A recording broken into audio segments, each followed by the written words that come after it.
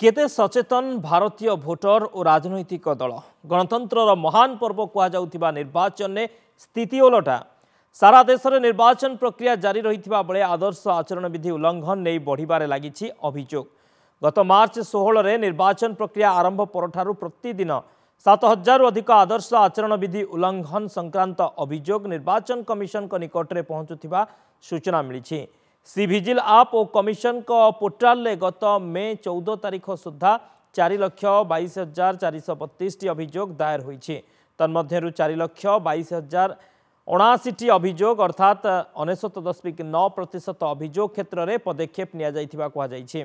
ए अभियोग गुड़िक मध्य रही बेआईन होर्डिंग, साधारण संपत्ति नष्ट, निर्दिष्ट समय सीमा पर प्रचार, समय सीमा पर गाड़ीर व्यवहार करने इत्यादि भोटर और राजनैतिक दलों सचेतन करने लगी निर्वाचन कमिशन व्यापक पदक्षेप नेउथिबा सत्ते विपुल संख्यक अभियोग चिंतार कारण पलटि।